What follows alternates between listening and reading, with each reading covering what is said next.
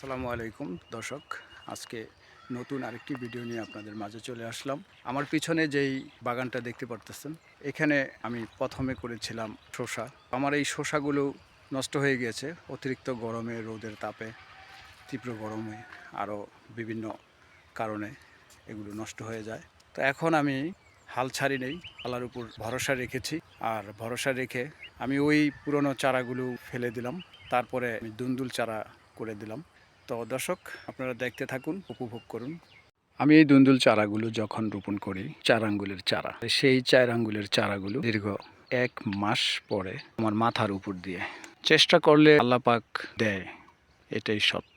হাল ছেড়ে দিলে লাভ নেই, সাহস ছেড়ে দিলে লাভ নেই। সাহস জুগিয়ে হাল ধরে রাখতে হবে। আমার যখন প্রজেক্টটা নষ্ট হয়ে গিয়েছিল, প্রায় 4.5-5 লক্ষ টাকার বানানো প্রজেক্ট, সমস্ত চারাগুলো জ্বলে গেল।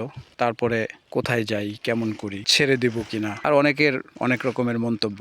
আরে বেটা, এগুলো করে কত মানুষ ধ্বংস হয়ে গেছে, কি পাগলামি শুরু করেছিস, বাদ দে এগুলো। আসলে সেই সমস্ত মানুষের কথা শুনে লাভ নেই। যারা আপনাকে সাহস দেয় না, তাদের আশেপাশে না থাকাই ভালো, তাদের সাথে ওঠা বসা না রাখাই ভালো। এমন কাজই হোক, সাহসটাই বড় বিষয়। সাহস করে কাজটা করেছি বলে এখন আমার এই বাগানটা আবার নতুন করে সাজিয়ে নিতে পেরেছি। আলহামদুলিল্লাহ, অনেক ফলন হয়েছে।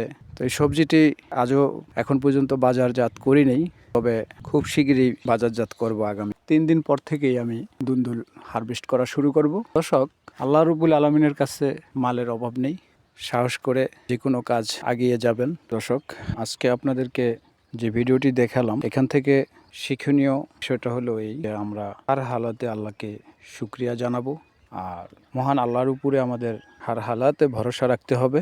আমরা যেন ভেঙে না পড়ি, আমরা যেন ভরসাহীন না হয়ে যাই। আমরা সর্বসময়ে আল্লাহর উপরে ভরসা করতে থাকবো। আল্লাহর কাছ থেকে আমরা জানমালের হেফাজত চাবো, তাহলে আল্লাহ পাক অবশ্যই আমাদের জানমালের হেফাজত দিবে। আল্লাহর উপর ভরসা রাখলে বরকতময় উপার্জন হতেই থাকবে। প্রিয় দর্শক, আমার এই ভিডিওটি দেখার জন্য আপনাদেরকে অসংখ্য ধন্যবাদ। আজকের ভিডিও এই পর্যন্তই। দেখা হবে অন্য কোনো নতুন ভিডিওতে।